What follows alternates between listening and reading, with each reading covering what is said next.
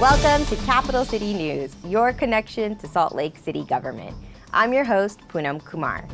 For our interview this week, we'll be talking about the efforts the city is making to alleviate homelessness in the city. And our History Minute is about the University of Utah's former football coach, Ron McBride. But first, let's start with our legislative update. The City Council has decided to postpone a potential bond vote this fall. After months of discussion and outreach to the public, both the mayor and a majority of the council has decided on the postponement of the Open Space, Parks, and Trails Initiative. The Utah legislature has approved a recommendation that a new 4,000-bed prison be built west of the Salt Lake Airport off 7200 West. Both the City Council and the mayor objected to the recommendation and will continue to explore options to fight the move from Draper. In the meantime, the recommendation will be going to the governor for his signature. The Homeless Services Site Evaluation Committee met again this month to discuss the need to address the issue of homelessness in the entire Salt Lake Valley. Led by former Mayor Palmer DePaulis and Gail Miller, the committee will be working through the foreseeable future for a sustainable and long-term plan. Ground was broken on the new 9th East Lofts at Benyon Plaza. This new development is part of Mayor Becker's 5,000 Doors initiative, and this development includes a single 6-story building of 68 apartment units.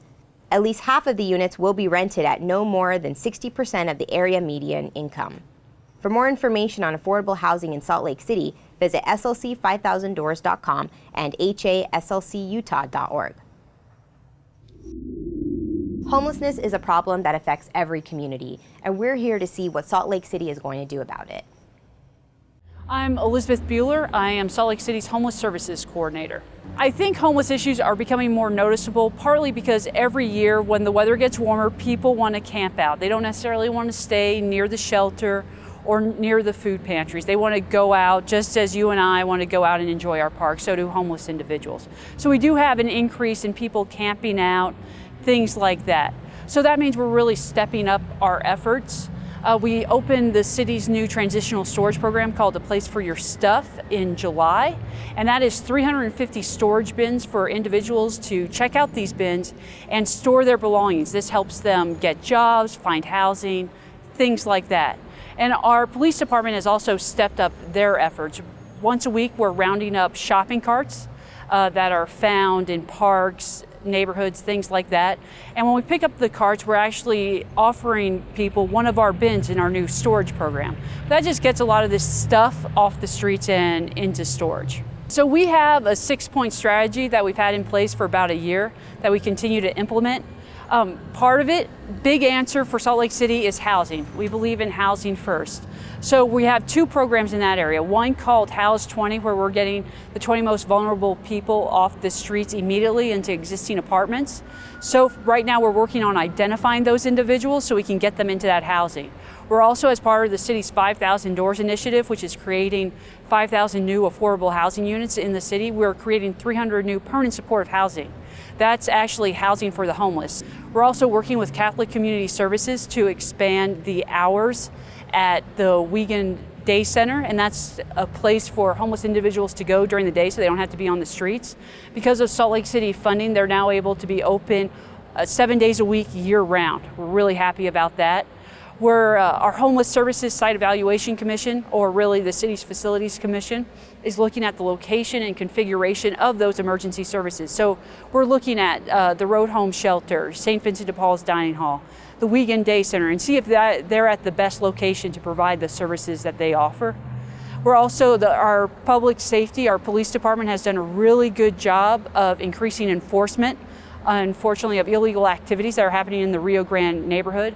Especially in the past month, they've really stepped up their efforts. And we're also working to increase community events at Pioneer Park to bring more people down to that neighborhood. So we have 2 great resources. One is our host program, and that is the alternative to giving money to a panhandler. Instead, you put money in a red parking meter, and that money goes 100% directly to our service providers. But if you just want to learn more about what Salt Lake City does in regards to homeless services, you can go to our city's website, slcgov.com, and find homeless services, and that lists all the activities Salt Lake City is currently doing. And now it's time for our History Minute. Through the 1980s, the University of Utah did not have a great football team. And then in 1990, they hired Ron McBride to be their head coach.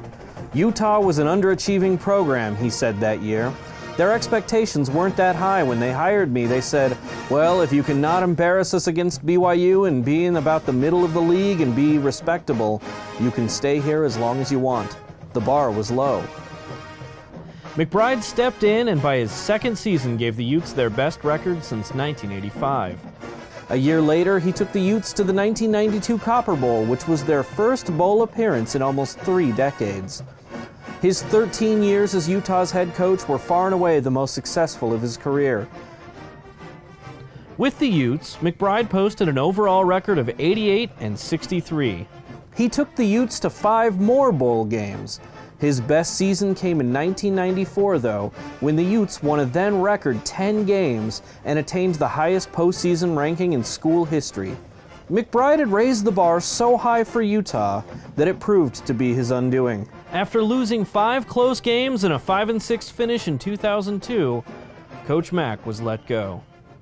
Today, the Utes are members of the prestigious Pac-12, a place they would not occupy had it not been for the groundwork laid by Ron McBride over his 13-year tenure as coach.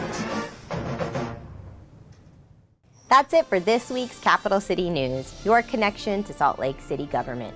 Be sure to tune in next time to keep up to date on what's happening in the city. For SLC TV, I'm Poonam Kumar.